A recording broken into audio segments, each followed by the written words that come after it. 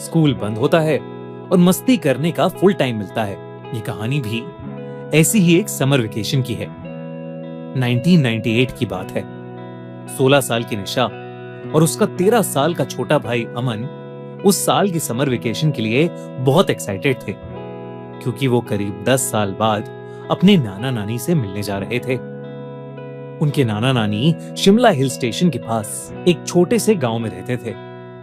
एक पुराना सा खेत वाला फार्म हाउस, जहां कभी भी लाइट चली जाती थी।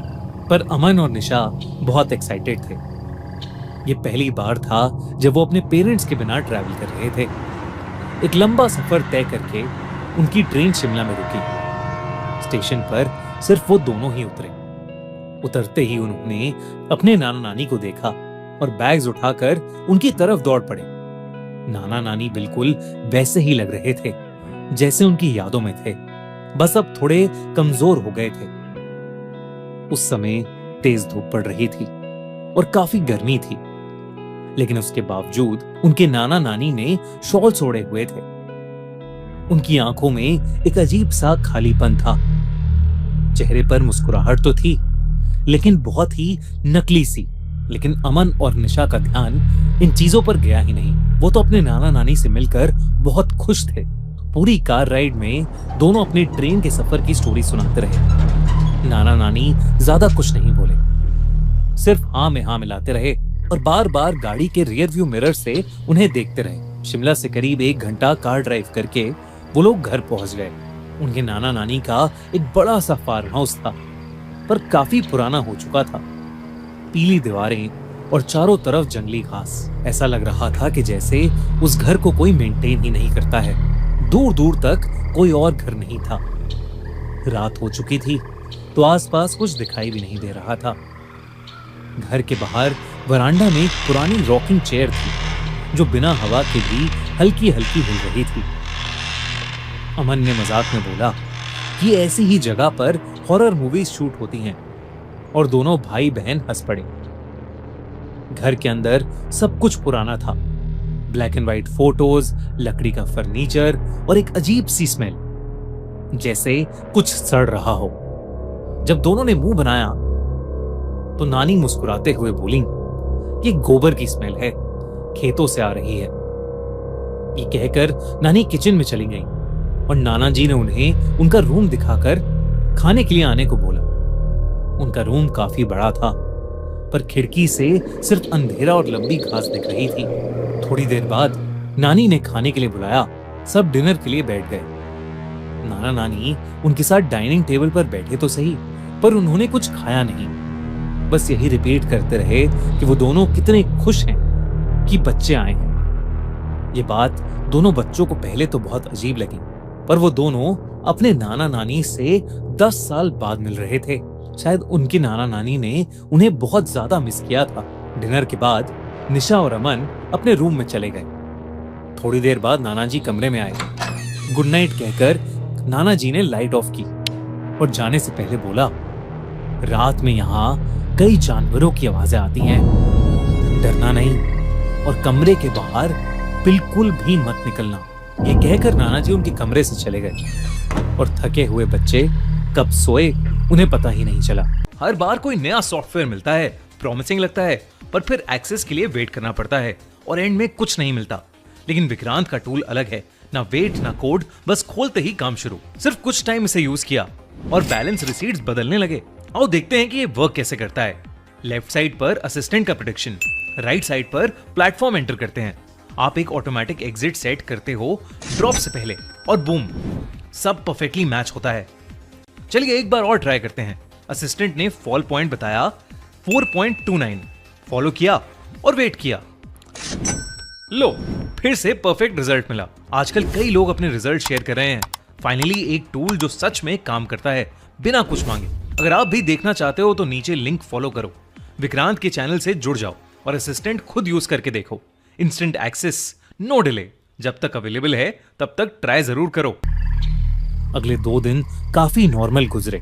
हर दिन नाना नानी दोनों को उठाने आते। निशा अपना ज्यादातर समय एक विंडो के पास बैठकर स्केचिंग करते हुए बिताती थी। उस विंडो से सिर्फ पेड़ दिखते थे सारे के सारे एकदम एक जैसे।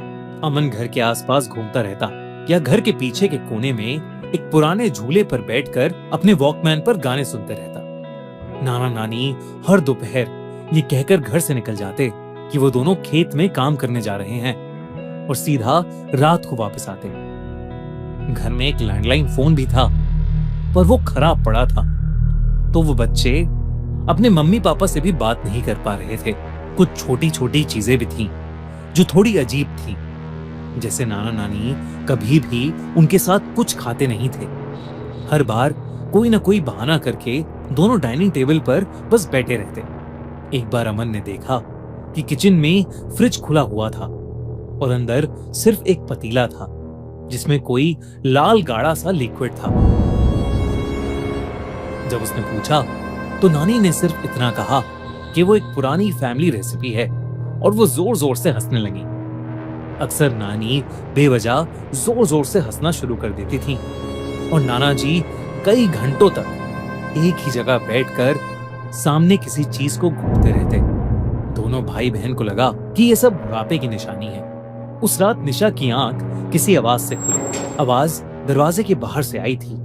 तभी दरवाजे के नीचे से एक बड़ी सी शैडो गुजरी। सिर्फ 1 सेकंड के लिए नाना जी की वार्निंग भूलकर निशा दरवाजे के पास दबे पांव गई और उसने धीरे से दरवाजा खोला।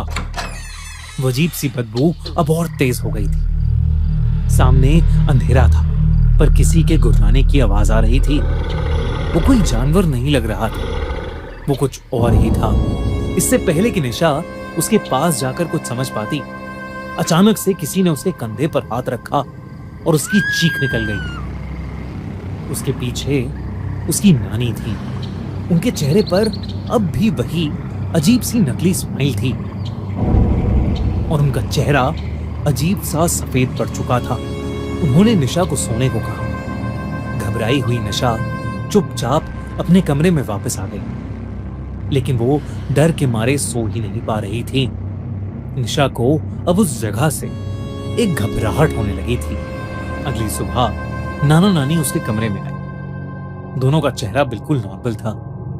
रोज की तरह वो बोले, नाश्ता किचन में है और वो खेत में काम करने जा रहे हैं। जैसे ही निशा को मेन डोर बंद होने की आवाज आई, उसने राहत की सांस ली। उस दोपहर अमन बाहर झूले पर बैठकर अपना हॉलिडे होमवर्क कर रहा था जब उसे घर के अंदर से कुछ बच्चों के खेलने की आवाज आई। उसने पीछे वाली खिड़की से झांका तो उसे एक परछाई दिखी, मानो किसी छोटे से लड़के की हो। अमन को लगा कि शायद घर पर मेहमान आए हैं, पर जब वो घर के अंदर गया तो वहां निशा के अलावा कोई नहीं था। वो पूरे घर में उस लड़के को ढूंढने लगा और तब उसका ध्यान ड्राइंग रूम में पड़ी ब्लैक एंड व्हाइट फोटोज पर गया। बीच में उनके नाना नानी की एक बड़ी सी फोटो थी और उनकी आंखों से खून बह रहा था। ये देखकर अमन डर गया। उसने फौरन निशा को बुलाकर वो फोटोज दिखाई, लेकिन तब वो फोटोज एकदम नॉर्मल थीं।